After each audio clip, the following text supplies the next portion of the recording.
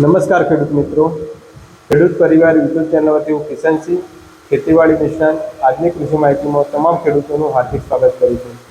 ખેડૂત મિત્રો, કપાસના વાવેતરની સિઝન નજીક આવી રહી છે, તો આજની કૃષિ માહિતીમાં આપણે કપાસની ખેતીમાં પાયાના ખાતરો કયા વાપરવા, વૃદ્ધિ ખાતર તરીકે કયા ખાતરો વાપરવાના, તેના વિશે આજની કૃષિ માહિતીમાં વિગતવાર ચર્ચા કરીશું.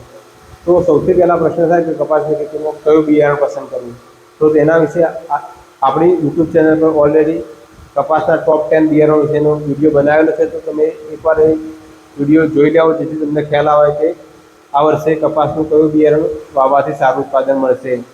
તો વાત કરીએ આપણે કપાસની ખેતીમાં ખાતર વ્યવસ્થાપન વિશેની. જો તમને અમારી યુટ્યુબ ચેનલ ખેડૂત વ્યવસ્થા મળતી માહિતી સારી લાગતી હોય તો અમારી યુટ્યુબ ચેનલ લાઇક, શેર અને સબસ્ક્રાઈબ અચૂક કરજો અને આવી જ ખેતીની અવનવી માહિતી માટે જોડાયેલા રહો ખેડૂત યુટ્યુબ ચેનલ સાથે. અને કપાસની ખેતી વિશે કોઈ પણ પ્રશ્ન હોય તો કોમેન્ટ બોક્સમાં કોમેન્ટ કરીને અવશ્ય જણાવજો. આપણે તબક્કા વાઇઝ વિવિધ વિડીયો બનાવતા રહીશું. તમારી જેવી કોમેન્ટો આવશે એ રીતે આપણે કપાસની ખેતી વિશેના વિડીયો બનાવતા રહીશું. તો આપણે વાત કરીએ કપાસની ખેતીમાં ખાતર વ્યવસ્થાપન. સૌપ્રથમ આપણે કોઈ પણ ખેતી કરવી હોય તો આપણા જમીનનું પૃથ્થકરણ કરાવવું ખૂબ જરૂરી છે. એટલે જે પણ ખેડૂતો કોઈ પણ પાકની ખેતી કરતા હોય તો જમીનનું પૃથ્થકરણ એટલે કે જમીનની લેબોરેટરી કરાવવી ખૂબ જરૂરી છે.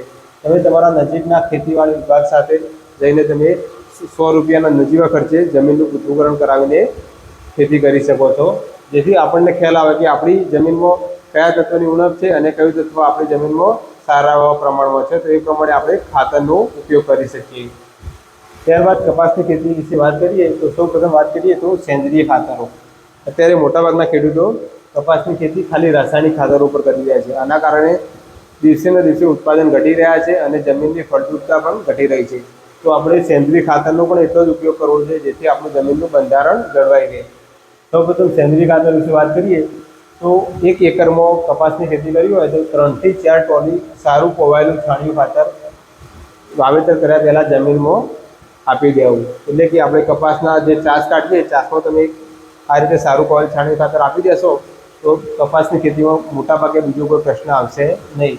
તેની સાથે તમે 2 થેલી દિવેલીનો ખોળ પણ એડ કરી શકો છો, એટલે કે 100 કિલો દિવેલીનો ખોળ પણ અચૂક એડ કરવો.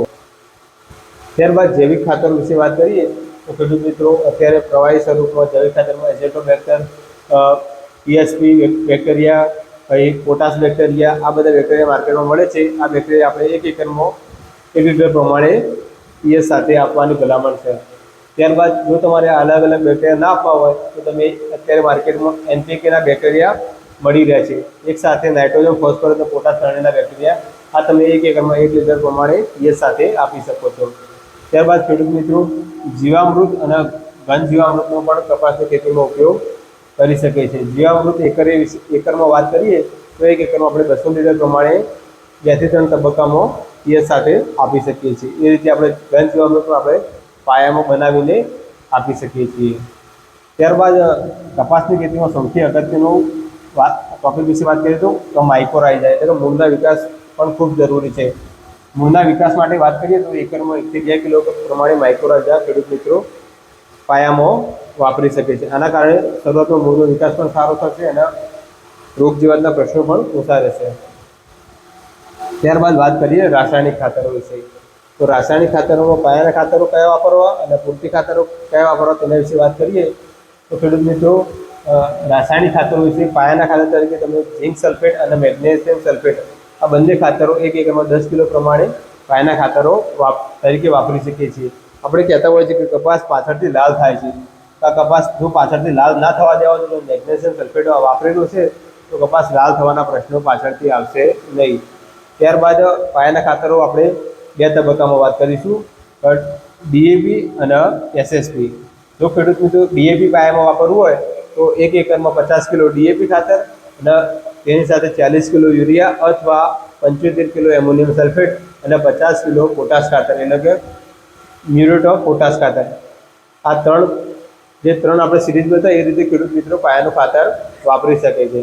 50 કિલો ડીએપી એટલે 1 થેલી ડીએપીની, 40 કિલો યુરિયા અથવા યુરિયા ના ભરવો તો 75 કિલો એમોનિયમ સલ્ફેટ અથવા 50 કિલો એમઓપી એટલે પોટાશ ખાતર. ખેડૂત મિત્રો આ રીતે પણ પાયાના ખાતર તરીકે ખેડૂત મિત્રો ખાતર વાપરી શકે છે. જો તમારે ડીએપી ના વાપરવું હોય પાયાના ખાતર તરીકે તો તેની જગ્યાએ તમે 100 કિલો એસએસપી એટલે કે સિંગલ સુપર ફોસ્ફેટ, તેની સાથે 50 કિલો યુરિયા અથવા 100 કિલો એમોનિયમ સલ્ફેટ અને 50 કિલો એમઓપી એટલે કે પોટાશ ખાતર વાપરી શકે છે. ખેડૂત મિત્રો પાસે બે ચોઈસ છે, તો પાયામાં ડીએપી વાપરી શકે છે, એની સાથે એમોનિયમ સલ્ફેટ, યુરિયા અને પોટાશ ખાતર, અથવા તમે જો ડીએપી ના વાપરવું હોય તો તમે એસએસપી ખાતર પણ વાપરી શકો છો. તો આ બંનેમાંથી ખેડૂત મિત્રો ગમે તે ખાતર વાપરશે તો પણ તેમને વાંધો આવે નહીં. તો મારી પર્સનલ ચોઈસમાં વાત કરું છું, ખેડૂત મિત્રો પાયાના ખાતર તરીકે સિંગલ સુપર ફોસ્ફેટ વાપરશે તો તેમને ઉત્પાદન પણ સારું મળશે, કારણ કે આમાં કેલ્શિયમ અને સલ્ફર બે તત્વો એક્સ્ટ્રા આવેલા છે, એટલે કે તેલબિયાના પાકોને સલ્ફર તત્વની ખૂબ જરૂરિયાત હોય છે.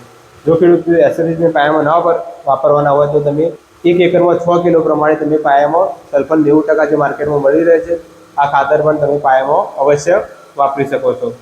ત્યારબાદ વાત કરીએ પૂરતી ખાતરો, એટલે કે કપાસ વાવેતરના 30 દિવસ થાય જ્યારે આપણે એક આંતરખેડ કરીએ એના પછી ખેડૂત મિત્રો પૂરતી ખાતર વાપરતા હોય છે. તો તેમાં તમે 50 કિલો યુરિયા ખાતર 1 એકરમાં અથવા 100 કિલો એમોનિયમ સલ્ફેટ ખાતર વાપરી શકો છો. જો તમારે 50 કિલો યુરિયા વાપરવું હોય અથવા 100 કિલો એમોનિયમ સલ્ફેટ બેમાંથી કોઈ પણ એક ખાતર વાપરી શકો છો. તેની સાથે 50 કિલો પોટાશ ખાતર મિક્સ કરીને અવશ્ય આપી દેવું. ત્યારબાદ વાવેતરના 60 દિવસે વાત કરીએ તો 50 કિલો યુરિયા ખાતર અથવા 100 કિલો એમોનિયમ સલ્ફેટ ખાતર. જો 50 કિલો યુરિયા ખાતર વાપરવાના હોય તો તમે 100 કિલો યુરિયા એમોનિયમ સલ્ફેટ ખાતર નહીં વાપરો ચાલશે. આ બંનેમાંથી તમે કોઈ પણ એક ખાતર વાપરી શકો છો.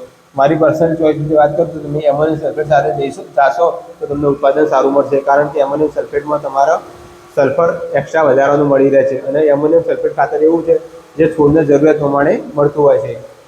ત્યારબાદ વાવેતરના 90 દિવસે વાત કરીએ તો યુરિયા 50 કિલો અથવા 100 કિલો એમોનિયમ સલ્ફેટ ખાતર.